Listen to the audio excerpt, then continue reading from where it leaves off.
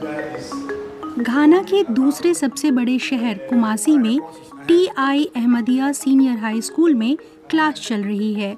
आज की पढ़ाई का विषय इन बच्चों के भविष्य के लिए बहुत ज़रूरी है, जलवायु परिवर्तन और इससे निपटना। पर्यावरणीय सुरक्षा की कक्षाएं करीब 1 साल से चल रही हैं। पाठ्यक्रम में सस्टेनेबल बिजनेस के आइडिया भी शामिल हैं। पृथ्वी गर्म हो चुकी है और ये हालात इंसानी गतिविधियों की वजह से पैदा हुए हैं। तो हमें छात्रों को बताना होता है कि वे वो सब ना करें जो उनके बुजुर्गों ने किया है। अभी हम छात्रों को यही पढ़ा रहे हैं। इससे ग्लोबल वार्मिंग बढ़ाने वाली बुरी गतिविधियों से वे लोग दूरी बरत पाएंगे।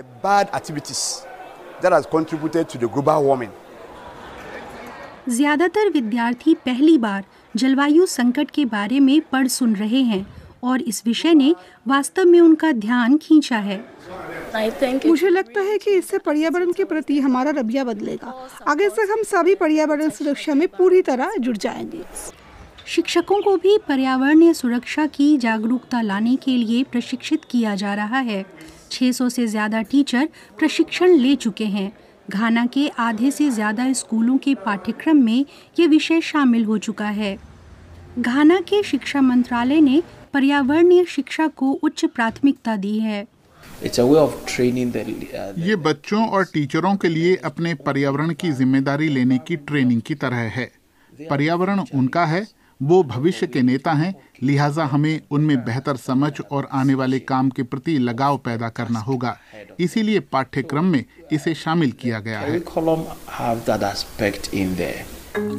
शिक्षण के मॉड्यूल्स में जलवायु संकट पर विशेष ध्यान दिया गया है। विद्यार्थी सीखते हैं कि ग्रीन हाउस गैसों के उत्सर्जन से लू चलती है और सूखा पड़ता है। इसके अलावा समुद्र का जलस्तर बढ़ रहा है, जिसके चलते कुछ तटीय गांवों को खाली करना होगा। कुछ सबक प्लास्टिक कचरे के बारे में भी हैं, जो कई सीवरों और नालियों को जाम कर देते हैं। इससे बाढ़ भी आ सकती है। कचरा जलाने से पर्यावरण और सेहत पर पड़ने वाले असर के बारे में भी बच्चे सीखते हैं। घाना में कई लोग पर्यावरणीय विनाश के नतीजे भुगत रहे हैं।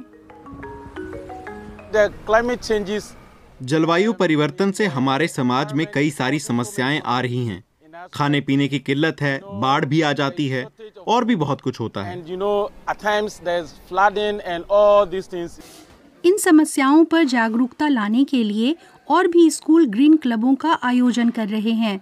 क्लास के अलावा बच्चे बाहर घूमने जाते हैं तो कूड़ा कचरा जमा करते हैं और पेड़ लगाते हैं। ग्रीन क्लबों की अगुवाई अक्सर पर्यावरण एक्टिविस्ट करते हैं। बच्चों को ढालना ज्यादा आसान होता है।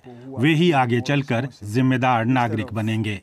वयस्कों पर ध्यान केंद्रित करने से अच्छा ये है, अगर हम बच्चों के भविष्य को इस तरह आकार दें कि वे समाधान निकालने योग्य बन सकें, तो ये जलवायु के लिए भी अच्छा होगा और उनके अपने भविष्य के लिए भी। स्कूलों में पर्यावरण शिक्षा एक शुरुआत है। आने वाले साल बताएंगे कि जो बीज यहाँ रोपा गया उसमें अंकुर फूटा या नहीं।